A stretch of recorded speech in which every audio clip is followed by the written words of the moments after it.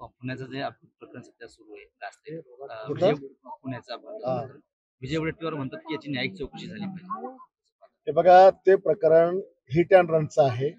पण कोणी किती म्हटलं की त्या आरोपीला सज्ञान दाखवण्याचा प्रयत्न करू, तर संविधानामध्ये असं कोणालाही दाखवण्याचा प्रयत्न केला जात नाही. तो अंडर एज असल्यामुळे त्याच्यावर ते जुनाईल जे कोर्ट आहे त्याच्या पलीकडे दुसरी कोणती कारवाई होऊ शकत नाही.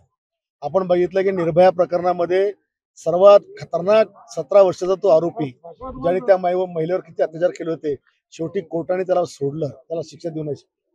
या प्रकरणात संजय राऊत म्हणतात की सरकारलाच आरोपी करा.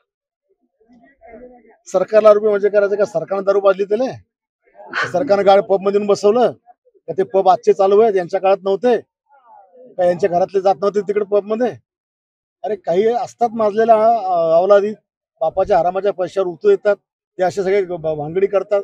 याला काय सरकार दोषी असतं का?